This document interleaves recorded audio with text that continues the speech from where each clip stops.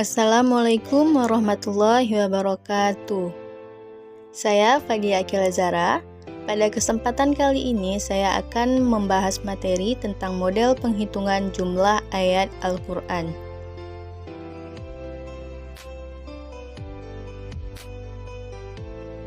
Al-Quran adalah petunjuk manusia di dunia demi untuk kebahagiaan umat manusia di dunia dan akhirat.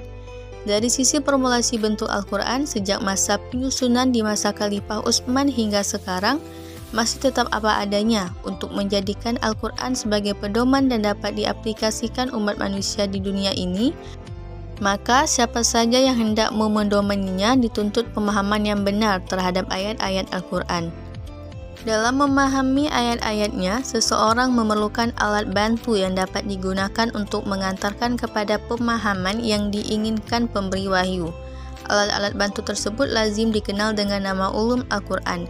Ilmu-ilmu yang digunakan untuk menyampaikan penafsiran kepada pemahaman yang tepat selalu berkembang seiring dengan perkembangan zaman. Salah satu objek yang menjadi bahan kajian dari Al-Quran adalah tentang metode yang digunakan para ulama tafsir dalam menentukan jumlah ayat Al-Quran.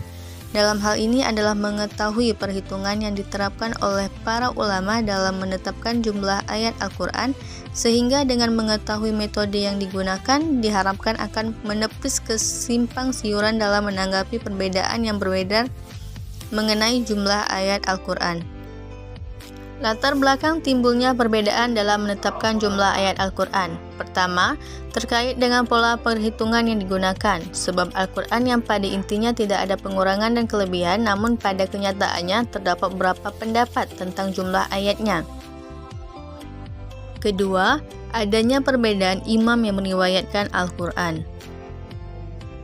Ketiga, penyebab lain terjadinya perbedaan dalam menentukan jumlah ayat pada Al-Quran adalah karena adanya ayat-ayat yang sama persis dan tidak terdapat perbedaan sama sekali. Dalam istilah ulum Al-Quran disebut dengan al-ayat al-mustasyabihah al-fadz. Ayat-ayat yang sama pada Al-Quran terdapat pada berbagai tempat. Ada kalanya terdapat pada surah yang sama, ada juga ayat yang sama dan terdapat pada dua surah yang berbeda. Demikian pula terdapat ayat yang sama terdapat pada berbagai surah. Selanjutnya, jumlah ayat Al-Quran dan rawinya. Mengutip situs resmi Kementerian Agama Republik Indonesia, beberapa ulama memiliki perbedaan cara dalam menghitung ayat Al-Quran. Paling tidak, terdapat 7 mazhab yang diikuti terkait hitungan jumlah ayat Al-Quran. Al-Madani atau Madinah. Hitungan jumlah ayat dalam kelompok ini dibagi lagi menjadi dua, yaitu Madani awal dan Madani akhir. Madani awal dengan rawi Nafi dari riwayat Abu Ja'far bin Yazid Al-Qaqqa, jumlah ayat Al-Quran terdiri dari 6.217 ayat. Kemudian Madani akhir dengan rawi Nafi dari riwayat Ismail bin Ja'far, jumlah ayat Al-Quran 6.214 ayat. Kemudian Al-Maki atau Mekah, rawi Abdullah bin Katsir Al-Maki dari Mujahid bin Jubair, jumlah ayat Al-Quran sebanyak 6.220 ayat. Kemudian Syami, rawi Abu Ayyub bin Tamim Al-Qori dari Abdullah bin Amir Al-Yazhibi, jumlah ayat Al-Quran sebanyak 6.225 ayat. Kemudian Kufi, rawi Hamzah bin Hubaib bin Ziyad dari Ibnu Abu Layla dari Abu Abdirrahman bin Habib As-Sulami, jumlah ayat Al-Quran sebanyak 6.236 ayat. Kemudian Basri dengan rawi Ashim Al-Jahdari dan Atha bin Yasar, jumlah ayat Al-Quran sebanyak 6.205 ayat. Dan terakhir Himshi, rawi Khalid bin Al-Ma'dan, jumlah ayat sebanyak 6.232 ayat. Lalu, bagaimana dengan jumlah 6.666 ayat? Menurut sebuah sumber, angka ini berasal dari keterangan Syekh Nawawi Al-Bantani tahun 1316 Hijriah sampai 1897 Masehi dalam kitabnya Nihayatuz Zain fi Isyradil Mubtadin. Menurut Al-Bantani, bilangan ayat Al-Quran itu 6.666 ayat yaitu 1000 ayat di dalamnya tentang perintah, 1000 ayat tentang larangan, 1000 ayat tentang janji, 1000 tentang ancaman, 1000 ayat tentang kisah-kisah dan kabar-kabar, 1000 ayat tentang ibrah dan tamsil, 500 ayat tentang halal dan haram, 100 ayat tentang nasikh dan mansukh, dan 66 ayat tentang doa, istighfar, dan zikir. Sumber lain dengan jumlah yang sama tetapi dengan penjelasan berbeda adalah pandangan Az-Zuhaili dalam At-Tafsir Al-Munir fi Aqidah wa Syariah wal Manhaj.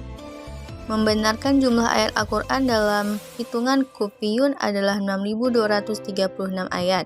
Namun demikian, ia juga menyebutkan menurut Tariqoh, hitungan yang lain berjumlah 6.666 ayat.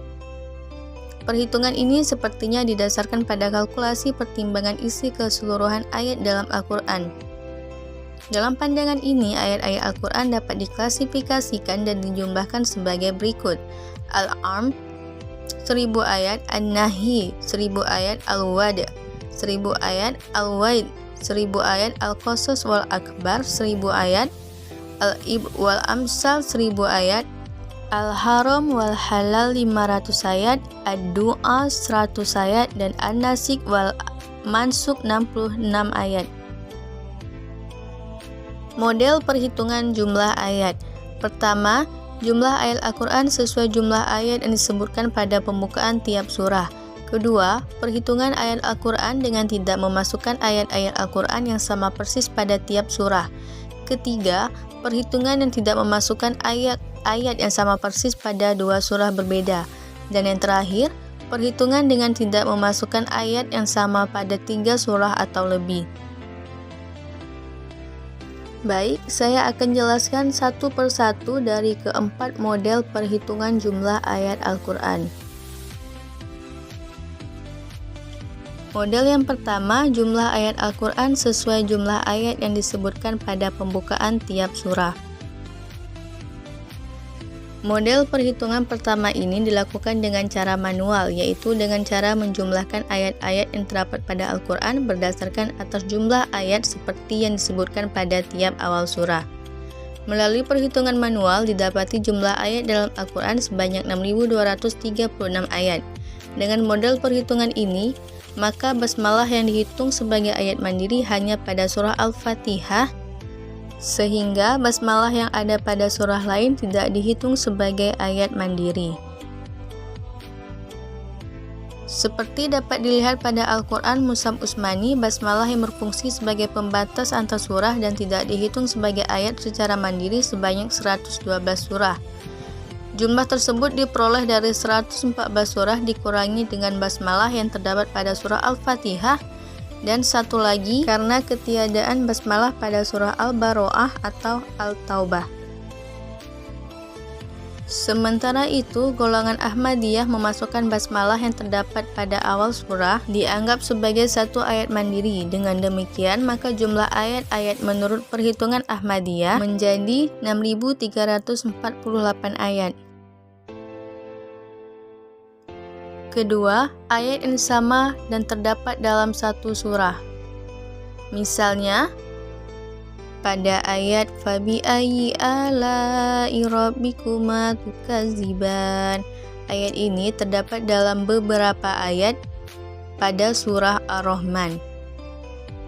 Contoh lainnya pada ayat Sulatu minal awalin. Ayat ini terdapat pada surah Al-Waqiah ayat 13 dan 39. Contoh lainnya pada ayat Fasabbih bismi rabbikal azim. Ayat ini terdapat pada surah Al-Waqiah ayat 74 dan 96.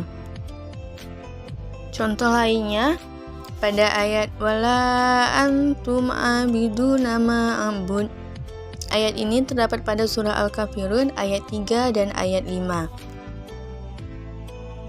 Model yang kedua, ayat yang sama persis pada dua surah berbeda.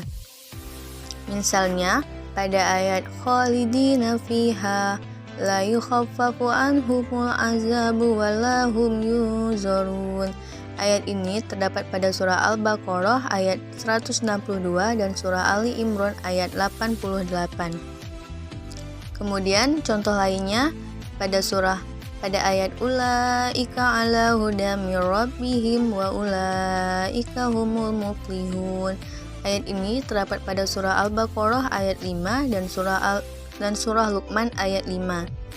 Kemudian ayat zalika bima qaddamat aydikum wa anallaha laisa bizalamil lil abid. Ayat ini terdapat pada surah Ali Imran ayat 182 dan surah Al-Anfal ayat 51. Model yang ketiga, ayat yang sama pada 3 surah atau lebih. Misalnya ayat Alif Lam Mim. Ayat ini merupakan ayat 1 dari beberapa surah seperti surah Al-Baqarah, Ali Imran, Al-Ankabut, Ar-Rum, surah Luqman, surah As-Sajdah, Al-Mu'min, surah Al-Fussilat, surah Al-Syura, dan surah lainnya dapat dilihat pada tabel.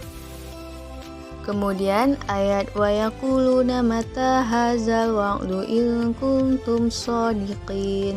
Ayat ini terdapat pada surah Yunus ayat 48, surah Al-Anbiya ayat 38, surah Saba ayat 29, surah Yasin ayat 48, surah Al-Mulk ayat 25. Kemudian ayat Tanzilul Kitabi Minallahil Azizil Hakim. Ayat ini terdapat pada surah Al-Zumar ayat 1, Al-Jasiyah ayat 2 dan surah Al-Ahqaf ayat 2. Lalu mengapa kita harus mempelajari model perhitungan jumlah ayat Al-Quran? Baik, pada kesempatan ini saya akan membahas kegunaan dari kajian ini. Pertama, memudahkan para penghafal Al-Quran dalam mengantisipasi ayat-ayat serupa sehingga dapat mewaspadainya untuk tidak terjadi kesalahan dan pengulangan dalam menghafal. Kedua, membantu para pengkaji Al-Quran dalam memahami hasil dari takhrij ayat yang terdapat pada surah yang berbeda. Dalam Al-Quran terdapat ayat-ayat yang sama persis namun terdapat pada surah yang berbeda. Jika yang diketahui hanya satu tempat, padahal ayat serupa terdapat pada satu surah lain, maka dengan mengetahui hasil penelitian ini orang akan terhindar dari kesalahpahaman. Ketiga, dari penelitian ini dapat juga digunakan untuk mengetahui perbandingan terjemahan dari ayat yang serupa namun dengan redaksi terjemahan ayat yang berbeda. Keempat, memberikan ketenangan dan ketentraman umat dalam meyakini Al-Quran sebagai pedoman hidupnya. Sebab dengan memahami pola penghitungan ayat yang digunakan, maka orang akan memahami letak perbedaan yang ada. Kelima, menepis keraguan umat terhadap Al-Quran. Demikianlah yang bisa saya sampaikan. Terima kasih atas perhatian dan mohon maaf atas segala kekurangan. Wabillahi taufiq wal hidayah. Wassalamualaikum warahmatullahi wabarakatuh.